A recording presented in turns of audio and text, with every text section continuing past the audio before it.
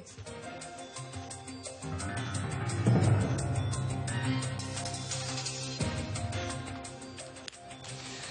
Chegou o momento do comentário habitual de Pedro Santana Lopes aqui no CM Jornal. Boa noite. Boa noite. Outra decepção ou não contava com mais? A semana passada tínhamos combinado, se isto não corresse bem, não falávamos disto. Ainda não estamos fora, não é? Não estamos fora ainda. Tínhamos combinado, se perdêssemos, não falávamos. Acabámos por empatar no último segundo. Portanto, tivemos quase a tornar isto tema tabu. Agora, eu acho que foi muito mau. Aliás, devo dizer, para falar com a franqueza, e quer dizer, eu não quero fazer parte daqueles, ou até à noite ouvir, para alguém que faça o balanço, para alguém na rua. É muito chato o espetáculo dos que dizem muito bem quando se ganha e mal quando se perde. Agora, mas o futebol é assim, não é? O futebol é assim. E a seleção... Eu ontem estava a ver com pessoas que percebiam de futebol e outras não percebiam um pouco. E as pessoas diziam, mas eles não jogam para a frente. Os que não percebiam de futebol diziam, comparem com os ingleses. Os ingleses pegam na bola e dizem, estão a correr por ali fora. A seleção portuguesa estava, aos olhos do espectador, estava sem pernas, sem forças. Bem, o Bruno Alves era compungente. Pegava na bola, sem ninguém à volta e não corria, não avançava no campo, parava, olhava. E quer dizer, o que faz mais impressão, o que fez mais impressão foi isso, foi manifestamente, e parece não ter sido só o caso da seleção portuguesa, a espanhola foi parecida, os jogadores europeus, ou os jogadores que, como já também falámos um bocadinho na semana passada, estiveram lá sem forças. Eu não digo que foi uma questão de atitude, que não quiseram ganhar. Eu acho Sim, que não basta quiseram. querer, é preciso poder, não é? Eles não podiam. Quer dizer, o Nani... Nós só fomos à linha, foi o André Almeida na primeira parte, quando não estourou, teve lá um problema físico, e o Nani depois do golo, porque o Nani metia-se para dentro, teve aquele remate ao poste, mas normalmente ir pelo extremo, ir à linha, até houve uma vez, quase caricata, que o João Pereira passa ao defesa e em vez de ir para a linha de fundo, já estava tão habituado a ir para trás, que deu a volta para trás e passou a bola para o meio ou para trás, para o lado ou para trás, para o lado ou para trás. Passamos a vida naquilo. A certa altura, na primeira parte, os Estados Unidos já tinham 6 remates e nós tínhamos 2, só um à baliza que foi o golo. E, portanto, eu acho que a seleção jogou mal. Bem, eu não estou a dizer que a culpa é do Paulo Bento, que é do Presidente da Federação, que é dos jogadores. Estou a dizer que a seleção jogou mal. Eu devo dizer, aliás, que eu não vi dos jogos que vi até agora nenhuma seleção a exibir-se a um nível tão baixo quanto se exibiu a seleção portuguesa. Ontem, eu da Alemanha nem falo, porque aquilo foi uma coisa esquisitíssima. Sim, nesse correu tudo mal e ontem também houve muita coisa que correu mal. É preciso encontrar culpados num caso deste género, ou responsáveis, não é? Eu acho que é bom encontrar culpados sem ser da maneira do costume, quer dizer, porque em Portugal, aliás, hoje nós vamos falar de vários temas que eu acho que se ligam todos um bocadinho, parecendo que nada tem a ver uma coisa com a outra. Seleção, o BES, o PS. Quer dizer, acho que é preciso fazer balanços disto tudo e olhar para as situações, não da maneira do costume, não agir da maneira do costume, mas tentar mudar as coisas um bocado. Porque, de facto, parece que houve aqui questões de organização que não são fáceis de explicar, não são. O Paulo Bento dizia outro dia que a climatologia, que é uma ciência que só mas para é um os problema cientistas... recorrente. Aconteceu no Coreia-Japão, é que fomos fazer um estágio para Macau, que deu no que deu. Enfim, a base na África do Sul também era também longe, foi polémica. Tudo era polémica. Agora, Campinas parece não ter sido também uma boa escolha. O que é que tem que mudar?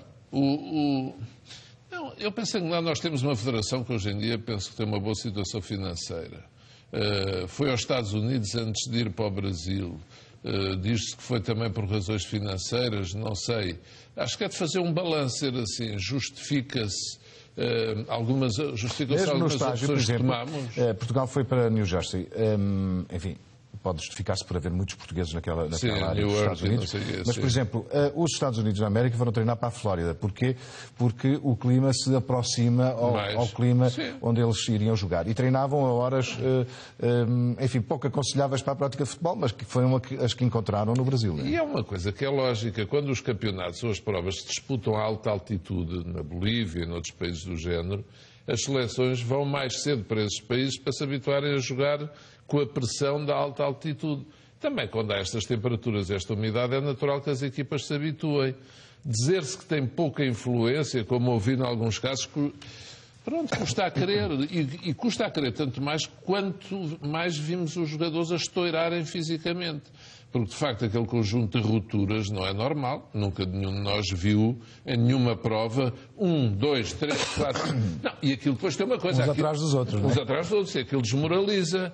Quer dizer, aquilo fez lembrar o jogo com a Alemanha. Estava tudo preparado para ser diferente. A animar com o golo. Começa o Postiga cai.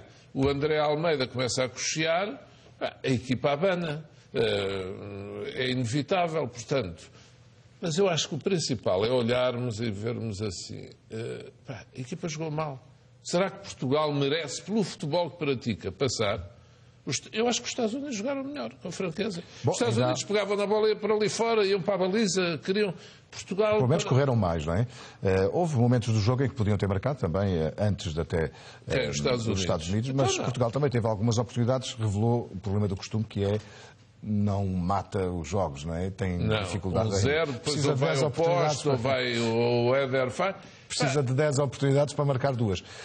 A questão é, agora, independentemente do que vai acontecer com o Ghana... Não esqueça uma coisa, neste campeonato há muitas equipas, de facto, europeias a ficarem para trás e várias latino-americanas... Sim, sim. O Chile, por exemplo, hoje perdeu, mas tem feito boas exibições e tem conseguido bons resultados, portanto... Costa Rica também, uma surpresa. Lá está. As coisas estão a mudar também aqui e é preciso os do velho continente e os dos velhos sistemas e dos velhos poderes e os blatters da vida e as federações e as ligas e a companhia limitada olharem para o que está a mudar no mundo. Pode dizer assim, foi do clima. Eu acho que não foi só. E vamos ver o Ghana. Eu vi o Ghana à Alemanha. O Ghana, não sei se viu, o Ghana joga bem, tem lá bons jogadores. Que ele engiou, lá como é que se chama do bordel. Também, não é? E correm, os nossos a correr atrás deles, ou não sei como é que vão recuperar a condição física. Portanto, aliás, acho que se via na cara do Ronaldo e na frase que vamos ver daqui a bocado. E as contas do Ghana não são muito diferentes das nossas, não é? Não, o Ghana está... Se eles golearem em Portugal, podem passar, portanto.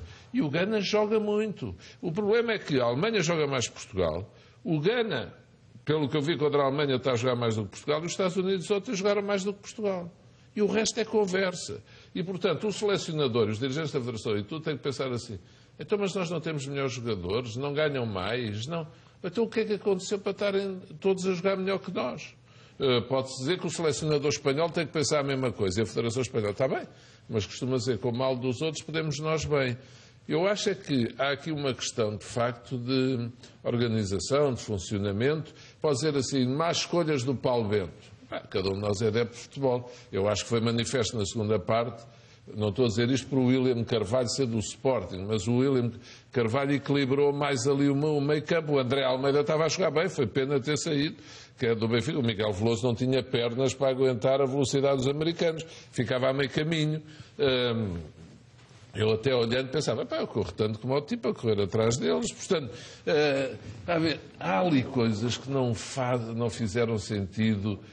Cada um tem o seu feitio. O Paulo Bento é um bocado do género, não comparando, há quem diga que o atual Primeiro-Ministro também é muito preciso nas suas escolhas, já dizia o mesmo do Primeiro-Ministro anterior.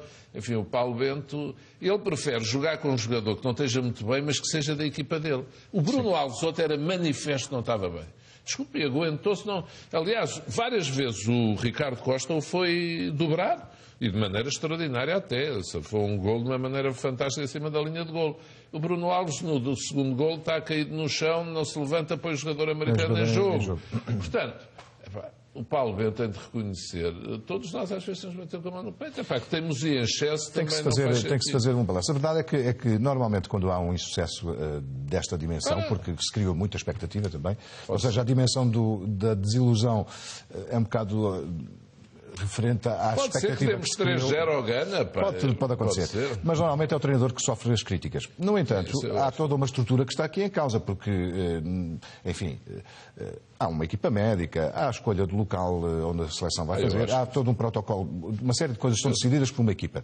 O que acontece é que dessa equipa que está longe dos holofotes, digamos assim, eu não me lembro de ninguém se demitir no caso destes. Acha que desta vez vai ser diferente? Eu acho que sim, eu pelo menos tenho que dar uma explicação, quer dizer, é importante explicarem porque é que aconteceu. A equipa médica, por exemplo, tem que dizer porque é que aconteceu isto tudo. O Paulo Bento, quando foi para lá, disse que quem manda sou eu, quem decide sou eu, quem faz sou eu, muito bem. Mas a vida não é assim. O Paulo Bento não é médico nem enfermeiro. E, portanto, tem que ser a equipa médica a explicar esta sucessão de casos. E o preparador físico? Quem é o preparador físico? Eu confesso que não sei o nome. Mas há um preparador físico na seleção. Os jogadores estavam em manifesta, e estão em manifesta má condição física. Bem, porque estão em boa, então porquê é que não correm? Não querem? É que não correm. Eu gostava que fosse medida a velocidade média deles, que deve ter sido, com a velocidade média dos americanos quando pegavam na bola e para o ataque. Esse dado não tenho, mas os americanos correram mais 4 km. Sim, e a velocidade média era absolutamente diferente. Principalmente no meio campo havia muita diferença em termos de distância percorrida. É que eles pegavam na bola e punham a baliza nos olhos. Algumas das pessoas que estavam ao meu lado e que não sabem muito de futebol diziam assim, mas terão dito qual era a baliza aos jogadores portugueses, que eles põem-se a passar a bola para o lado da própria baliza. E, de facto, faz impressão, eu vou dizer, até enerva muitas vezes ver o jogo da equipa portuguesa. E eu estou tão à vontade para dizer, quando digo, parecia, com o devido respeito pelo meu clube, o jogo do Sporting das épocas anteriores, quando estava a jogar mal. Jogar para o lado e para trás, jogar para o lado e para trás, jogar para o lado e para trás. Não se pode chegar à fase final do Mundial nesta condição. Portanto, falhou até agora. Dizer assim, ainda temos esperança. Eu tenho, faz-me lembrar uma anedota, não posso contar agora, demora muito tempo, está alguém em cima, um tipo alpinista que estava a cair. Diziam que era Deus Nosso Senhor, diz... larga-te que eu seguro-te. Ele perguntava, mas está mais alguém em cima? Estamos mais ou menos na mesma. Quer dizer, será que a Alemanha dá 13 aos Estados Unidos? Para no futebol tudo acontecer tudo, mas tudo é possível. Pode acontecer tudo. Agora, o país... Sim, mas, enfim, a expectativa baixou para níveis... quase zero, não é? Não, já quase ninguém acredita. A questão é que é necessária uma renovação, e para fechar este assunto, é necessária uma renovação. Paulo Bento renovou antes deste Mundial por mais 2 anos. Vale a pena perguntar se poderá Paulo Bento fazer a renovação necessária desta seleção? Eu vou dizer uma coisa. Eu não sou a favor das saídas dos treinadores quando perdem. Acho que o Paulo Bento devia ficar. Agora, se for capaz, ele próprio, tenho que o dizer, de fazer essa transição geracional e principalmente perder a mania que são os 11 dele, e jogam sempre 2 anos, 3 anos, 4 anos, 11 ou 12, aquilo anda sempre... E olhar, abrir horizontes. Ele é bom treinador, tem boas provas dadas, eu acho que todos os lugares precisam de estabilidade, não sou a favor, olha, perdeste, agora sai. A não ser... ele próprio pode não sentir condições para continuar. Que ele sinta que não está bem. Agora, é manifesto, olha, hoje a propósito do BES, vamos falar a seguir, o Dr. Ricardo Salgado falou de uma transição geracional. Aqui na seleção, um bocado, também tem que começar a ser preparada, porque os Pepes, os Brunos Alves, o Ronaldo ainda tem tempo, tem 27 anos, mas os outros já vão nos 29, 30, vários, Raul Meireles, há vários jogadores já que têm alguns anos. E, portanto, já com muitos quilómetros. Se fosse um automóvel, já tinha uns quilómetros. Com muitos quilómetros. E é preciso começar a fazer entrar a nova geração. E ver os lugares onde nós temos déficit permanente. Nós, a ponta de lança, temos um déficit permanente. Há países que tinham escolas de guarda-redes. Nós temos que ter uma escola de pontas de lança. O professor Ministro Pereira fez no atletismo uma escola de fundistas e de sprinters. Nós temos que ter escolas especializadas na formação. Temos uma grande falta, como se vê, de números 9, de pessoas que jogam ali no meio dos defesas e com força. Olha, o Slimani do Sporting não é um poço de habilidade, mas é um tipo que fura e é alto. E nós temos que ir buscar os altos, até o Zé Torres foi um grande elemento da seleção nacional do Benfica. Portanto, nós temos que olhar com cabeça para o que aconteceu e não com raiva, não com reação instintiva e dizer assim, Paulo, vende para a rua agora, depois mata-se ali mais um. Não, vamos ver o que aconteceu, o que falhou. E em vez de haver gente com ar muito importante, que também se vê isto do futebol, depois até às vezes mais do que a política, dá muita importância aos presidentes e aos dirigentes. Acha que Fernando Gomes também se devia autorresponsabilizar por este sucesso? Fernando Gomes, tenho aqui uma limitação, mas que para mim não é limitação. Eu dirijo a Misericórdia de Lisboa, que também é sponsor da Seleção Nacional. É um dos sponsors. Portanto, há aqui um relacionamento institucional a preservar. Mas é evidente que Fernando Gomes também é responsável. Aquilo corre bem ou mal na Santa Casa, sou o primeiro responsável e acho que na Federação também não pode ser de outra maneira. E, portanto, eu lembro-me, até num almoço com sponsors, de Fernando Gomes me expor o que ia ser o projeto da organização da seleção e que ia ficar em Campinas e depois ia de avião para os 3 jogos. E, pronto, eu ouvi, achei, vou dizer assim, um pouco insólito logo quando ouvi, até porque, pronto, não sou uma pessoa que... Hoje em dia gosto, houve uma época da minha vida que era um pouco fã de viagens de avião, chamado receio. Ouvi aquilo e disse, pá, mas isto é tudo doido, desculpe lá, doido no retiro. Isto é tudo um bocado estranho. Agora vão 5 horas para Manaus, depois mais 2 horas e meia para o Brasil. É estranho. Agora, eu pensei cá para mim, eles é que sabem. Só que nós pensamos, eles é que sabem, mas depois às vezes não dá bem. Pá, se eles tivessem ganho... pronto, eram os maiores. Justificou nessa conversa a escolha? Disse que Campinas tinha muito boas condições e tinham conseguido um excelente acordo, julgo eu, para lá ficar, como aquela história dos treinos serem todos abertos, o que fez parte do contrato, do acordo. Portanto, são opções que os dirigentes, desde o primeiro até ao jogador suplente, podem justificar, mas têm mais obrigação os primeiros responsáveis. Aquilo em que eu não alinho é dizer que é o treinador. Que o treinador conseguiu apuramento para o Mundial, conseguiu aquele grande jogo na Suécia, que pronto, foi o Ronaldo e mais aí. Talvez tenha sido o melhor jogo da vida dele na seleção. Foi extraordinário, mas são os mesmos, só que aquele jogo foi fantástico, nós ontem parecia que os queríamos empurrar dentro do corpo. A descer. Há pouco disse que é um dos sponsors da seleção. Este insucesso da seleção tem custos económicos para a Santa Casa, com certeza. Pode vir a reponderar esse apoio que tem dado à seleção, ou não? A Santa Casa, por definição, é misericordiosa. E, portanto, não é nas alturas que correm mal que nós saímos. Não. Até porque, neste momento, a Santa Casa tem um interesse estratégico na ligação, ainda maior, na ligação ao futebol e ao desporto.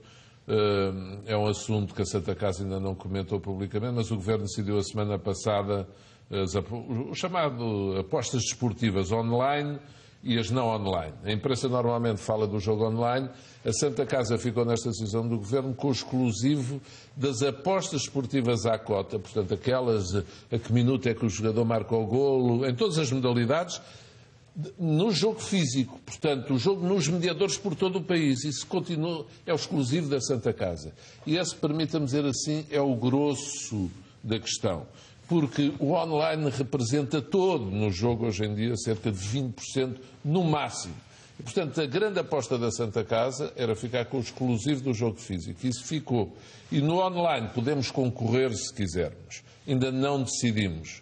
Que há vários operadores no online hoje em dia é uma realidade incontornável. Sim. E o Governo legislou nesse sentido. Não é? Diga? Alguns fora do país operam fora do país. Exatamente. E o Governo legislou no sentido de poder atribuir licença a quem preencha os requisitos. Agora, nós vamos continuar a ter esse exclusivo no que respeita ao jogo que as pessoas vão à sua papelaria, ao seu mediador preencher, é a Santa Casa, e isso era essencial para nós manter esse estatuto.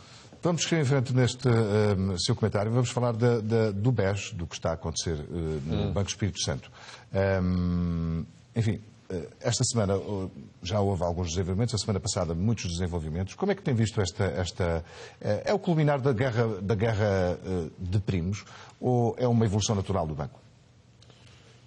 É uma evolução natural do banco com alguns problemas complicados à mistura, como tem vindo a público. Há ali uma questão, de facto, de regularização de balanços e de contabilidades que está por fazer. O Banco de Portugal detectou ali, as autoridades inspectivas, algumas questões de falta de clareza, de falta de rigor na assunção de todas as responsabilidades, chamado buraco, e, portanto, entre o BES Angola e algumas operações depois no continente europeu, há ali questões por esclarecer.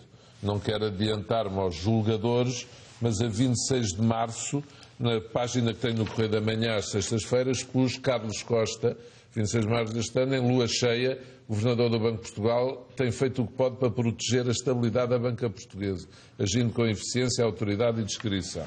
Acho que ele tem feito, elogiei e mantenho o elogio. Agora, é preciso dizer o seguinte, a família tem-se posto a jeito, como o Zé Carlos estava a sugerir. Esta guerra com um forte impacto mediático serve tudo menos a posição da família acionista, não é família enquanto entidade, grupo, é enquanto acionista do banco, e enquanto acionistas fortes portugueses, eles também diretamente prejudicam com esta guerra um pouco aquela que é a posição de Portugal e do seu sistema financeiro. Portanto, acho que deviam não permitir, e não se permitir, nem permitir uns aos outros que esse espetáculo continue. Mas, por outro lado, e para além disso, também não posso deixar de dizer que o elogio todo ao Banco de Portugal, que tenho pensado bastante no que é a vida hoje em dia em Portugal no sistema político, em que é curioso, que é uma prova também da debilidade do sistema. São entidades não eleitas, ou que não são acionistas, cada vez mais comandam o destino das sociedades ou das entidades. Veja, o Tribunal Constitucional com a sociedade no geral, o Banco de Portugal com o banco, com os bancos privados que têm acionistas privados, em que o Banco de Portugal chega e diz: não pode haver na administração ninguém da família dos membros que lá estiveram. É preciso dizer aqui duas coisas, mas todos da família têm iguais responsabilidades e, segundo, os que não são da família e estiveram não têm responsabilidades. Mas acha que essa intervenção do Banco de Portugal é legítima? Se é legítima? É à luz das normas em vigor. O Banco de Portugal tem a possibilidade... Sim, é legal, mas eu digo legítima, ou seja, não, acha que devia ser assim ou não? Acho que não deve exagerar. Eu compreendo que o Banco de Portugal queira mudanças face às irregularidades que detectou. É que o Banco de Portugal foi acusado, com certeza, durante a crise, de ter fechado os olhos a uma série de coisas e agora... Pronto, durante anos. E agora está um bocadinho mais rigoroso. Os BPNs, e isso é outra reflexão que devemos fazer, é por isso que eu digo que liga com temas como o da seleção do PS. É que, na prática, se for juntar os vários bancos, qual é que falta? Já viu? Falta quê? A Caixa Geral de Depósitos, mas esteve metida no BPN. O BCP foi o que foi. O Banco Privado Português foi o que foi. O BPN foi o que foi. Pronto, há outros bancos que estão fora. O BANIF teve problemas. Eu não estou a falar em irregularidades. Estou a falar em insuficiência de ativos, insuficiências de recursos ou irregularidades graves, consoante os casos.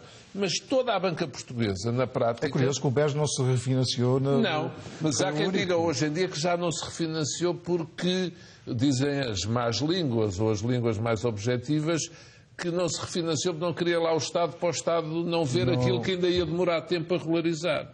Bem, e nós não podemos pôr em causa, quer dizer, quem conhece, estamos a falar dos maiores nomes da banca portuguesa. Jardim Gonçalves já foi por ali abaixo e agora é Ricardo Salgado.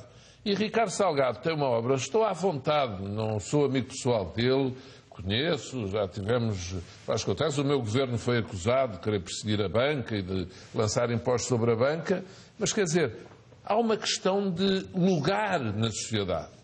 O problema em Portugal, e por isso é que eu digo que temos de olhar para isto de outra maneira, e estamos a viver talvez os dias mais complicados do regime desde há muitos anos, porque de uma vez por todas as pessoas têm que perceber qual é o lugar da banca e qual é o lugar do poder político. E a banca não pode mandar no poder político, não pode condicionar o poder político, nem o poder político se pode deixar condicionar pela banca. E a banca com os empresários também não pode haver... como é que lhe dizer, não podem ser todos tratados por igual, lá por todos terem muito dinheiro. A banca também tem que saber distinguir de onde é que vem o dinheiro de cada um. E o problema é que o sistema financeiro português, às tantas, todo o que tivesse dinheiro era bom. E o BES, durante muitos anos, soube sempre estabelecer essas fronteiras. E o problema é que em Portugal as coisas foram degradando ao mesmo tempo, na política e na economia e na política. E por isso é que Ricardo Salgado foi assumindo ao longo dos anos um papel cada vez mais decisivo. Eu lembro quando fui nomeado Primeiro-Ministro, eu fiquei me dissesse: vamos ver se tens poder para lidar com o Dr. Ricardo Salgado. Até me disseram isto de uma forma mais dura. Quer dizer, eu tive, mas fui posto fora depressa. Há quem diga que por várias razões. Não estou com isto a vitimizações ou nada, nem estou a dizer... Agora, poucos dias antes de sair, recebi os banqueiros todos porque não queriam que eu subisse o IRC e o meu governo sobre a banca como estava a subir, para além de outras normas que estavam a ser aprovadas. E que mexêssemos nas escudos como estavam a mexer, que tínhamos empréstimos da banca e muitas outras questões. Que são normalmente tabus, são temas sagrados em Portugal. Mas é que a banca ganhou muito dinheiro com muitas decisões que para mim são ilegítimas do poder político. Que o poder económico acaba por ter mais força do que o poder político? Em Portugal tem tido, em muitas ocasiões tem tido. E quanto mais o sistema político se tem degradado, mais força tem tido a escolher líderes, a rejeitar outros, a promovê-los, a apoiá-los. E, portanto, é esta falta de distância... Isso não é perigoso para a democracia? É perigoso. É muito perigoso, porque depois tudo se começa a degradar. E atrás da queda de um poder financeiro podem vir quedas de poderes políticos vários, em governos, em oposições, de uma época, de outra época, porque quando as pessoas não mantêm a distância, quem está na política tem que saber que o seu lugar não é todos os dias a jantar com banqueiros ou com empresários. Tem que estar distante. E tem que ser como jornalistas. Quer dizer, cada um em seu lugar. Aliás, deixa-me dar uma palavra a um jornalista que eu admirava muito, Miguel Gaspar, que morreu, eu não sabia que estava doente, fez muita impressão. Mas que a sua alma descanse em paz. Portanto, esta questão, e eu não estou a dizer isto para dizer mal de ninguém, Ricardo Salgado é um grande banqueiro. Fez uma obra notável durante décadas. Sucedeu a 2 homens, Manuel Ricardo Espírito Santo, depois também morreu António Espírito Santo, que eram homens cuja sensatez e inteligência fizeram muita falta naquela família, morreram na década de 90, que é quando entra Ricardo Salgado. Eu tive o privilégio de os conhecer aos 3, conheci ainda Manuel Ricardo, pouco tempo antes de morrer, conheci António Espírito Santo, eu era secretário de Estado da Cultura na altura. E o Grupo Espírito Santo é um grupo notável, a maneira como esta família fez isto tudo. E faz muita impressão ver como, às vezes, o querer mandar demais, o não saber guardar as distâncias devidas, estraga muita coisa. E que depois é muito difícil recompor. Mas como é que isto se resolve? Resolve-se com determinação, com a noção das coisas, falando delas, mas falando delas com respeito e com elevação e construindo, reconstruindo, construindo os alicerces da nova organização da sociedade com legitimidade, com força, com poder, rejeitando a promiscuidade. Cada um em seu lugar. O jornalista no lugar do jornalista, o político no lugar do político, o economista no lugar, o banqueiro no lugar do banqueiro. E o problema é que muita coisa anda misturada a tempo demais. E às vezes pode custar muito, pode ser muito duro, pode ser difícil, mas é preciso saber dizer não. E agora nós temos que tentar, olha, como na seleção, não é tirar o Paulo Bento fora que se resolve, e agora não é tirar o Ricardo Salgado fora que se resolve. Como no PS não é tirar o António José Seguro só fora que se resolve. Para o PS poder voltar como quer ao poder e poder fazer obra como deve ser, é preciso construir de novo, sabendo reformar o sistema político, reformar o sistema financeiro e, no caso da seleção, pronto, reformar lá alguma organização e alguns hábitos de lá. No caso do BES, eu acho que quem seja português e ama a sua pátria tem que perceber que isto é muito profundo e abala o terreno onde nos vê. Eu devo dizer, eu nunca estive tão preocupado como estou hoje com tudo o que vejo acontecer. E acho que quando se olha para as coisas, tudo parece ter a ver umas coisas com outras. Quando vejo António Costa ser empurrado por uma mulher que, por segundos anos, aplaudia António José Seguro, insultado e veiado, e esta demora toda no maior partido da oposição, parece a demora de Portugal a ir para o ataque, ou parece a demora do BES a resolver problemas que já lá estavam há muito tempo. E a questão em Portugal é muito esta. Nós não falarmos dos temas que têm que ser falados até ao fundo, não falarmos dos assuntos. Agora é um assunto que para mim é menor, mas estas eleições para a Liga que aconteceram há pouco tempo, espetáculo lamentável que aconteceu, e muitos de nós sabemos as histórias todas, mas não as contamos todas, porque é que um entrou, porque é que o outro saiu, quem foram os presidentes que apadrinharam uma lista ou outra, e tudo isto mexe com as coisas mais importantes depois do país. Porque a seleção é muito importante para o país, porque o BES é muito importante para o país, o PS é muito importante para o país. E nós lidamos com isto como se fossem novelas. E por isso eu digo, não se pode tratar como novelas, tem que se apurar responsabilidades, mas não é pendurar um na forca que isto se resolve. Porque o mal é também de nós todos, que votamos nuns, que aplaudimos muito outros, ou que nunca pusemos em causa a maneira de governar, se calhar, de instituições como nos relacionamos, como nos bancos. Às vezes fazemos muitas vénias ao poder. Uma coisa é ser bem educado, ser simpático, outra coisa é baixar o pescoço mais do que se deve para outros pisarem. E, infelizmente, a política às vezes faz isso com o poder económico. E não pode nem deve fazer. Vamos à crise no Partido Socialista, teve mais um episódio e desta vez, enfim, é um contexto estranho ver António Costa a ser veiado por pessoas do Partido Socialista, suponho que são do Partido Socialista. Muito desagradável. Eu disse aqui há uma semana ou duas aqui que achava que vinham aí tempos duros no PS que ia valer tudo, mas confesso que não pensei o tudo não incluía em questões físicas, de agressões físicas. E quer dizer, por amor de Deus, não gosto de ver isso no PS como não gostaria de ver no PSD ou no outro partido. Aquilo foi degradante e às vezes dá ar de coisas encomendadas, quer dizer, e não estou com isto a acusar António José Seguro. António José Seguro foi ser uma pessoa educada e de bem. António Costa, pronto, está a lutar, pode não se gostar, está a lutar por aquilo que acha que pode fazer de bem e de melhor pelo seu país.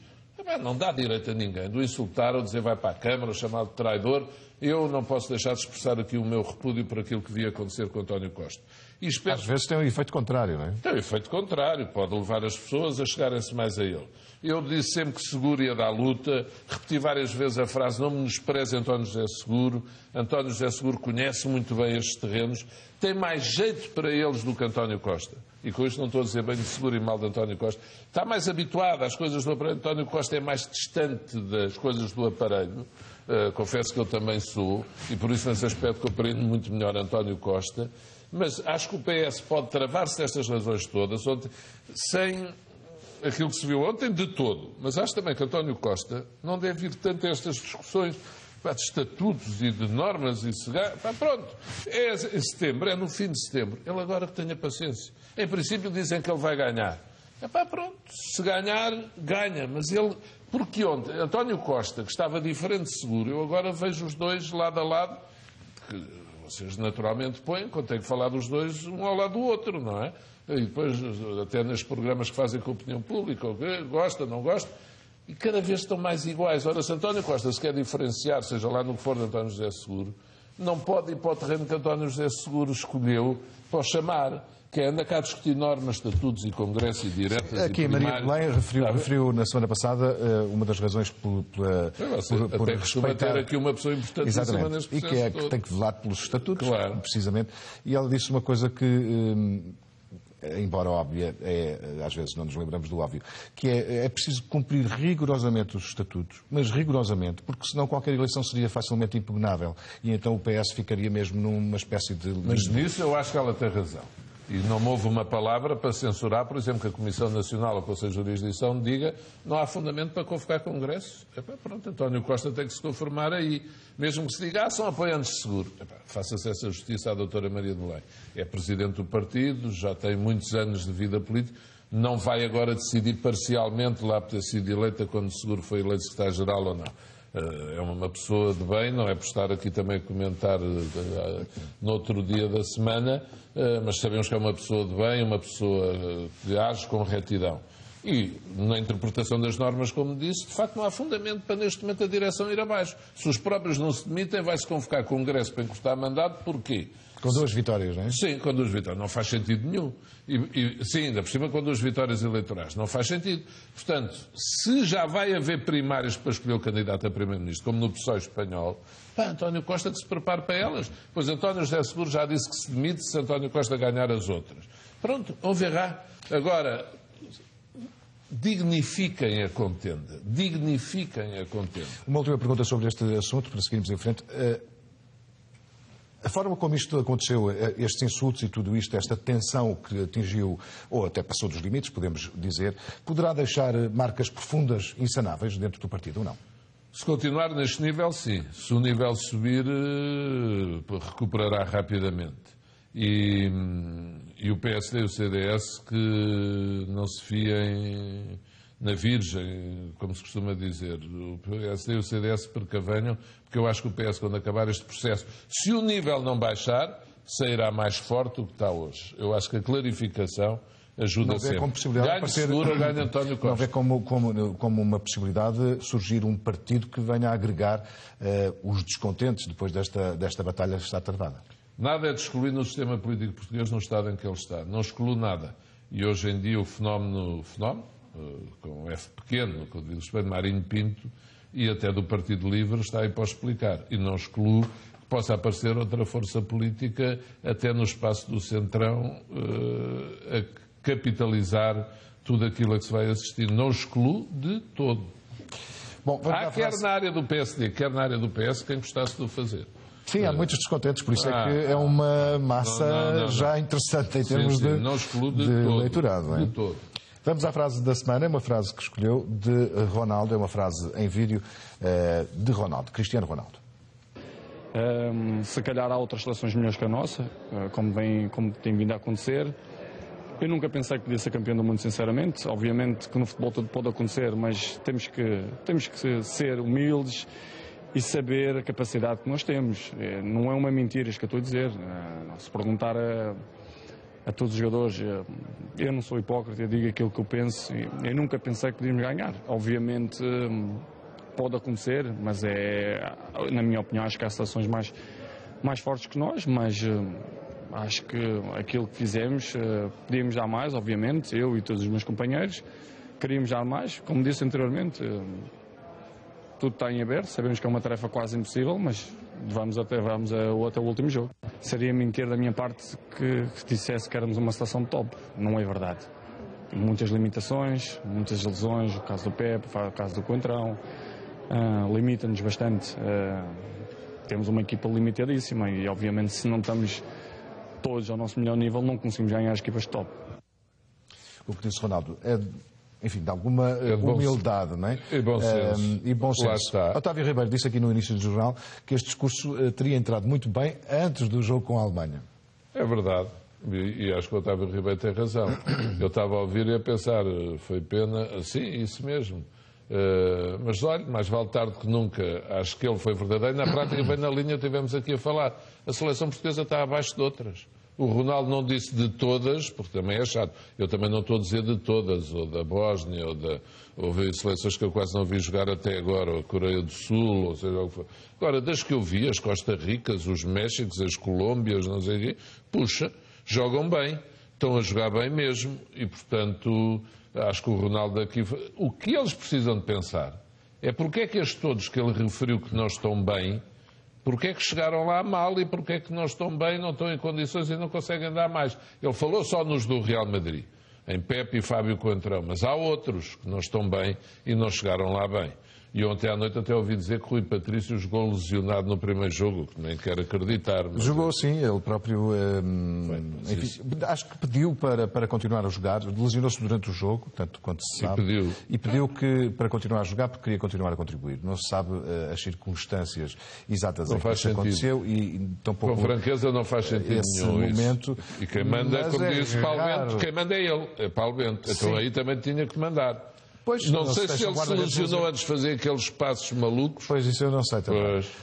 A questão é que Paulo Bento deixou em campo, por visto, a pedido do próprio guarda-redes. Embora seja raro um guarda-redes lesionar-se durante o jogo sem ser por contacto físico. Aconteceram tantas coisas raras neste jogo, de facto, parecia que o calor estalava aos músculos. Tanta lesão muscular que são complicadas de curar. O calor ou a umidade, que aqueles músculos estavam uns fresquinhos, uns vidrinhos. Disse ontem uma coisa interessante que não falamos há pouco. Ele sublinha, sobre o caso de Hélder Postiga, sublinha que perguntaram-lhe se ele estava apto. Sim. E ele disse, garantiram-me que clinicamente estava apto. Este sublinhado não é com certeza inocente, não é? O que garantiram ou clinicamente? O clinicamente, não é? Deve ser aqui uma... Mas o que é que ele quer dizer? Que psicologicamente não estava? Ou que foi a equipa médica que se enganou? Parece que dizer que... A equipa médica se enganou. Sim. Mas é isso tudo, lá está. Por isso eu há pouco dizia, não pode ser só o Paulo Bento a dar explicações. A equipa médica também tem que dar e o preparador físico também, mesmo que seja o Paulo Bento o chefe da equipa técnica. Mas há um preparador físico que tem que explicar isto. Quer dizer, os portugueses não podem também ver acontecer isto tudo e não ficar com explicação nenhuma. Tudo em todos os domínios da sociedade. Ou então só especularem sobre o que aconteceu. Sim, não é? Agora 10 lesionados, 5 aos 10 minutos ou 5 minutos durante os jogos. E não há uma palavra, não é o Paulo Bento que vem explicar. Portanto, estamos à espera, mas já agora, olha, passa o jogo com o Ghana, que demos 3 ao Ghana, que vamos cheios de gana e que lhes demos 3. E que a Alemanha também entre com gana. E que a Alemanha que entra ali, pode ser que dizem que o Low é amigo do Klinsmann, mas sim, às vezes os amigos pegam-se, pode ser que se peguem ali. Sim, mas não estou a ver que haja aqui, embora já tenha acontecido a Alemanha-Áustria em 82, não sei se se recorda que foi, aí é que foi jogar só para os lados, não é? Porque as duas equipas com empate... É verdade, se começam a jogar para empatar é chato. É que depois se os Estados Unidos ganham a Alemanha, os Estados Unidos fazem 5 pontos. Fazem 7 pontos, se empatam fazem 5. Portanto, a Alemanha tem mesmo que ganhar isto. E, portanto, vamos ver o que acontece, será na quinta-feira. Vamos agora à imagem... pela senhora Merkel, a ver se ela vai ao estádio. Não levem mal, não se ofenda que eu estava Vamos à imagem da semana, escolheu o novo rei de Espanha. O novo rei de Espanha. Proclamado agora. Estamos a ver essa imagem. E lá está, é esta da jura, do compromisso oficial. Eu vi a cerimónia, há coisas que gosto de ver em direto, gosto de ver ao vivo, e foi uma cerimónia como deve ser, bonita, institucionalmente correta. O rei não esteve no Parlamento, o anterior, Juan Carlos, deu espaço ao filho, na varanda só lá foi uns segundos, e o que eu queria, as filhas, há aqui uma cena à meio com imensa graça, quando ele fala na educação que deram às filhas e elas mexem-se assim na cadeira, envergonhadas, e o Congresso percebe o embaraço e desata toda a bater palmas.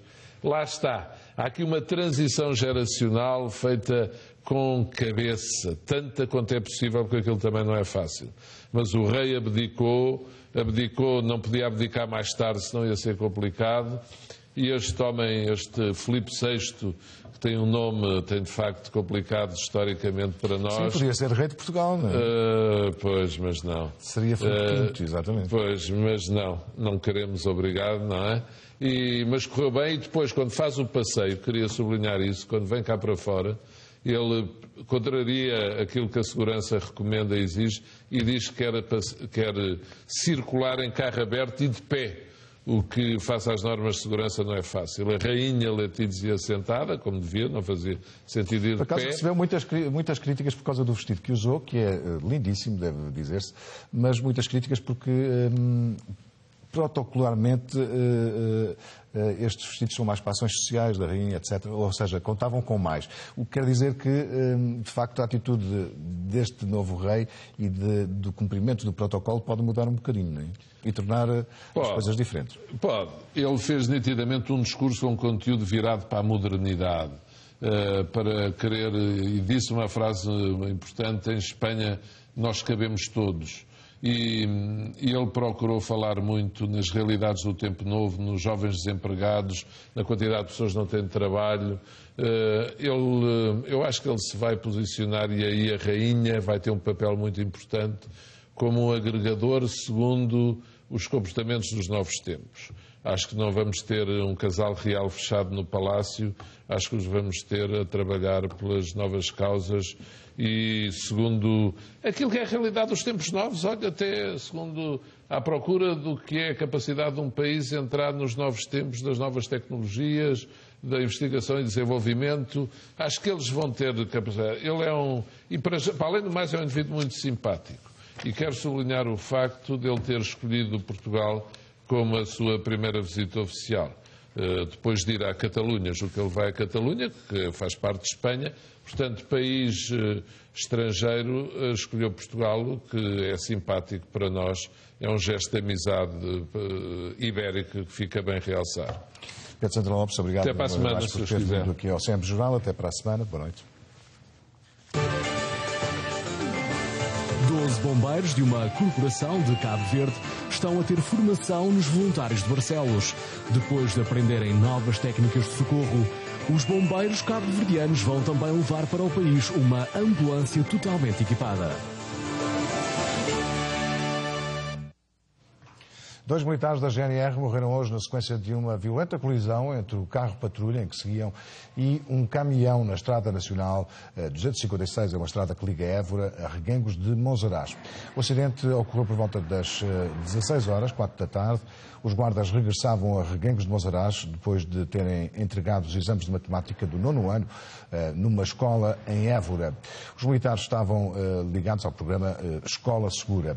Um dos militares morreu no local, teve morte imediata. O outro ainda foi transportado ao hospital, onde acabaria também por perder a vida, não resistindo aos graves ferimentos que sofreu. O condutor do caminhão entrou em choque depois do acidente, teve que ser transportado ao hospital.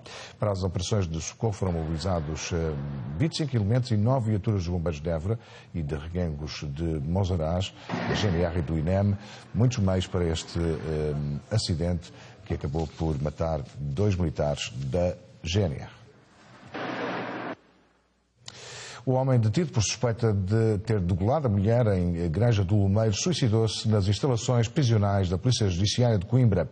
A autópsia ao cadáver da mulher revelou que o corpo tinha 4 marcas de facas e ainda de uma chave de fendas. A violência extrema do ataque surpreendeu mesmo aqueles que estão habituados a lidar com este tipo de situações.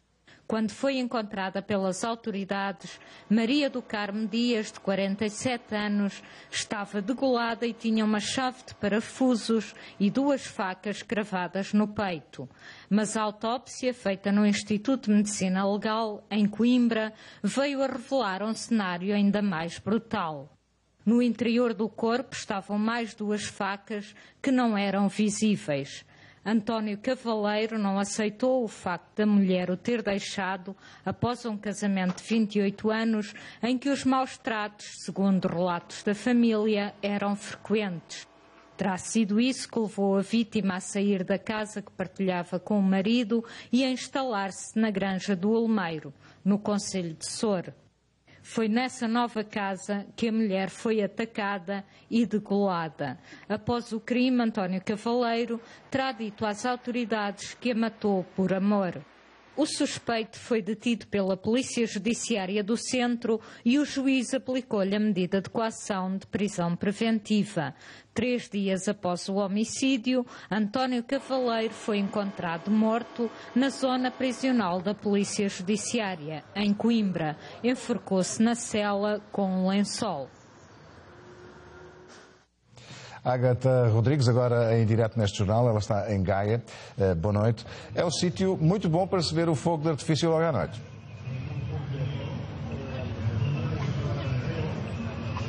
Boa noite, é um sítio ótimo para ver o fogo de artifício a partir da meia-noite, mas para já, como é óbvio, é hora de jantar, é hora de comer as sardinhas e a CMTV, obviamente, trouxe aqui um prato exemplar desta noite de São João, que junta as 2 margens, o Porto e Vila Nova de Gaia, onde nos encontramos. Este prato é o jantar do Sr. Filipão, que está aqui no comércio. Das castanhas e do algodão. E além disso, estamos na Ribeiraimes. Muito bem, então tem aqui 3 sardinhas, é uma comida típica. É diretamente de Matosinhos e sardinha daqui do Norte e do São João. Muito bem, como é que vive o São João aqui em Vila Nova de Gaia? Tudo. Com muita gente? Com muita gente e pouca chuvinha e muito algodão e muita castanha e muita vinhanha para a gente. E alguinha não queremos nada disso. Muito bem, muito obrigada. Os preparativos continuam aqui em noite de São João. Vão mandar, obviamente, os balões de São João que já andam no ar. Vamos falar aqui com esta menina. Olá, boa noite. Como é que vives o São João? Vivo em família, com toda a gente da minha família. Mas neste caso a minha família está em casa dos meus avós. Por isso hoje não a tenho aqui comigo. Mas vieste passear? Sim. E o que é que gostas mais no São João? Gosto mais dos foguetes e de bater com os martelos na cabeça. E o que é que comes nesta noite de São João? Sardinhas e vitela, sabe? Muito bem, muito obrigada. Aqui também uma menina a dar-nos conhecimento. De facto, a sardinha é rainha nestes santos populares e aqui no São João do Porto, que já começa a grande animação, como podem ver na imagem. As pessoas vão se juntando aqui em Vila Nova de Gaia para ver aqui a vista privilegiada, de facto, da cidade do Porto. Mas essa vista privilegiada vamos ter na CMTV a partir da meia-noite com o fogo de artifício aqui sobre o Rio Douro e junto à Ponte Dom Luís. Ora, por aqui já continuam os foliões. É tradicional neste dia que as pessoas andem a pé e que passem de uma margem para a outra, que façam então a zona da Ribeira no Porto, passem a Ponta Luís e cheguem até aqui à zona de Vila Nova de Gaia. Como podem ver na imagem, já são milhares de pessoas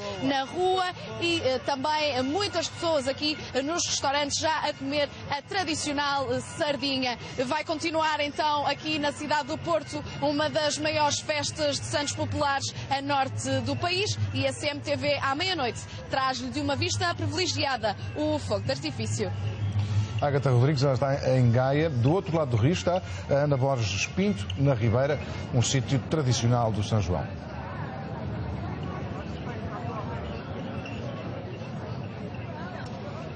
Um sítio tradicional do São João e que já está cheio de gente. Estas ruas da Ribeira já estão a abarrotar de pessoas que festejam o São João, esta que é a maior festa da cidade invicta, e também a noite mais longa do Porto. A sardinha dos Santos Populares não pode faltar, e aqui também desde o início da noite que já está a ser assada. Muito boa noite. Boa noite. A sardinha está a sair bem? Muito bem. As pessoas estão a gostar muito. Está grande, está pequena? Como é que está este ano? É grande e pequena. Como pode ver, tenho grande. E a que preços? Estamos a vender 2 sardinhas no pão, 5 euros. No pão é que sabe melhor? É a melhor maneira de comer.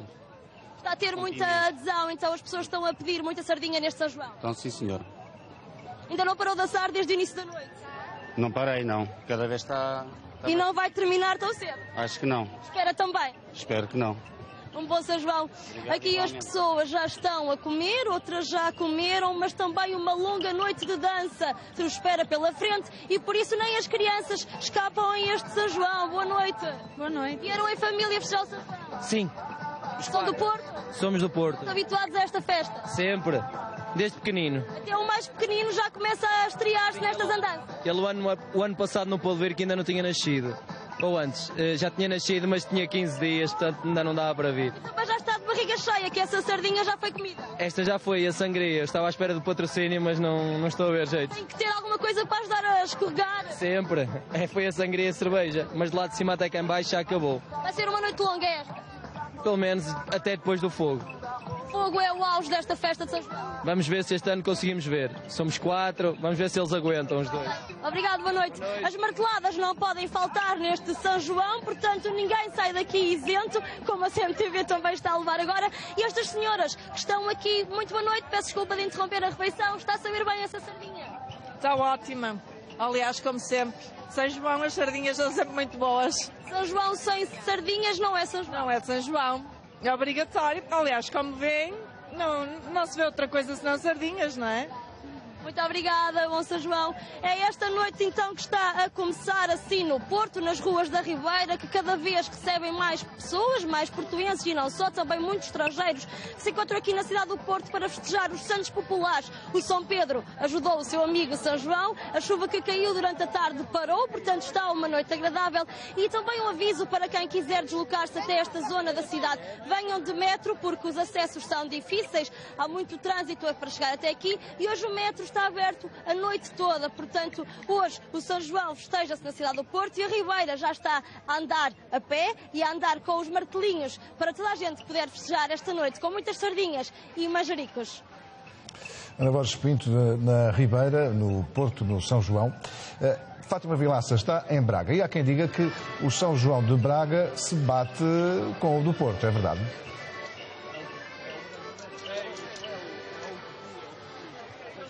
É verdade, bate com o do Porto em número de pessoas e também em quantidade de iniciativas. Esta é a noite mais longa do ano aqui na cidade de Braga. Mais logo à noite e durante toda a noite, milhares de pessoas invadem a Avenida da Liberdade, a principal avenida daqui da cidade, percorrem a avenida até ao centro, até a Avenida da República, onde há sempre bandas de música, ranchos folclóricos que vão animando estas festas durante toda a noite. Mas antes dessas festas e antes de se percorrer a avenida com marteladas e também com alguns alhos fogos a passar pelo nariz das pessoas, há que reconfortar o estômago. Por aqui vão-se assando sardinhas, é a noite de sardinhada. Luís Cachadinha, que está aqui bastante ocupado hoje assar as sardinhas. É uma das noites mais complicadas. Luís, como é que... Exatamente, tem que ver a sardinha. Como é que está a sair hoje? Está assim bem, tem. Está a sair muito bem? Está muito boa. E as pessoas vão comprando? Não sim, há crise? Não há crise. Há muito dinheiro ainda. Muito obrigada. Vão-se vendendo muitas sardinhas. Depois, à noite, como já dissemos antes, haverá muitas pessoas a percorrerem aqui a cidade de Braga, nesta que é, então, a noite mais longa do ano aqui da cidade. É a noite mais longa em Braga e no Porto. Fátima Vilaça em direto. 12 bombeiros de uma corporação de Cabo Verde estão a ter formação nos bombeiros voluntários de Barcelos. Depois de aprenderem novas técnicas de socorro, os bombeiros cabo-verdianos vão também levar para o país uma ambulância totalmente equipada. Os 12 soldados da paz viajaram desde a cidade da Praia, em Cabo Verde, até Barcelos para aprenderem novas técnicas de desencarceramento, técnicas de socorro e também de combate a incêndios urbanos e industriais. O líder do grupo diz que estes 8 dias de formação em Portugal são uma mais-valia para a corporação cabo-verdiana. Há algumas técnicas já que são diferentes, porque lá, a formação é a mesma. Já só que aqui nos Barcelos eles são muito mais avançados que nós. Já aprendemos muitas técnicas com eles. Vai também servir para enriquecer o vosso corpo de bombeiros? A nossa corporação vai sair reforçada com essa formação a nível de suporte básico de vida, e desencarceramento, combate a incêndio. Por isso vai ser uma mais-valia quando chegarmos lá, para transmitirmos aos nossos colegas que estão na praia. José Simões, o formador responsável por este grupo, sublinha que a maior dificuldade com que se debatem os municipais da cidade da Praia é mesmo a falta de equipamentos. O que nós notamos é que eles, em termos de materiais, infelizmente estão muito escassos. Há material que nós de cá temos, eles lá não têm, e se têm uma peça só, e a principal dificuldade deles é essa. O grupo de bombeiros cabo-verdianos chegou a Barcelos graças a um protocolo entre bombeiros locais e o Rotary Clube da cidade da Praia, uma iniciativa inédita, sublinha o comandante José Quinta, que será positiva para as duas corporações. Este movimento entre o nosso pessoal e estes dá um certo mais movimento ao corpo de bombeiros e movimento, esse movimento que eles têm dá mais parceria, partilham mais o dia-a-dia. Já fizeram também serviço de ambulância, já fizeram transporte de doentes e, portanto, a coisa tem corrido bem. Além da formação nas várias vertentes, os bombeiros de Cabo Verde levam ainda uma ambulância totalmente equipada, oferecida pelos voluntários de Barcelos. Última informação neste CM Jornal. Tenha uma boa noite. Até amanhã. Já a seguir, Rua Segura, com Sara Carrilho. Até amanhã.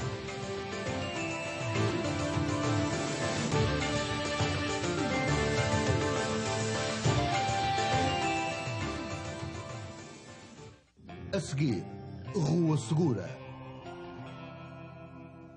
O dia-a-dia do melhor do mundo. No mercado, as últimas notícias de Cristiano Ronaldo.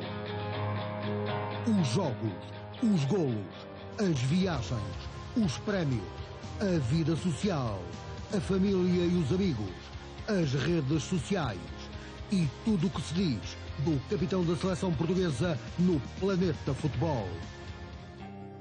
O diário do melhor do mundo no mercado. Tudo parecia correr mal na vida do jovem Zinos, que além de viver longe da namorada, ficou com a grande responsabilidade de gerir um restaurante, o Soul Kitchen. Mas se tudo começa por correr mal, eis que a reviravolta acontece. Uma comédia imperdível do realizador turco-alemão Fatih Akin. Soul Kitchen, hoje à noite, na CMTV.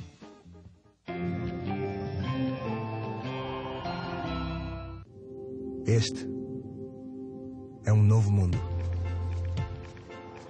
É o mundo dos novos agricultores. O mundo dos novos babysitters. Dos novos ginásios. Dos Facebooks e dos Twitters. Este é um novo mundo. E para um novo mundo, um novo milénio. Mais sólido e profissional. Mais próximo e disponível. Este é o seu milénio. Você está aqui. A mãe do pequeno Daniel vai aguardar julgamento em liberdade. Lídia Freitas, suspeita de tentar vender o filho por milhares de euros, está indiciada por tráfico de pessoas e sequestro agravado. A avó da criança não acredita que Lídia planeou o crime sozinha. A Polícia Judiciária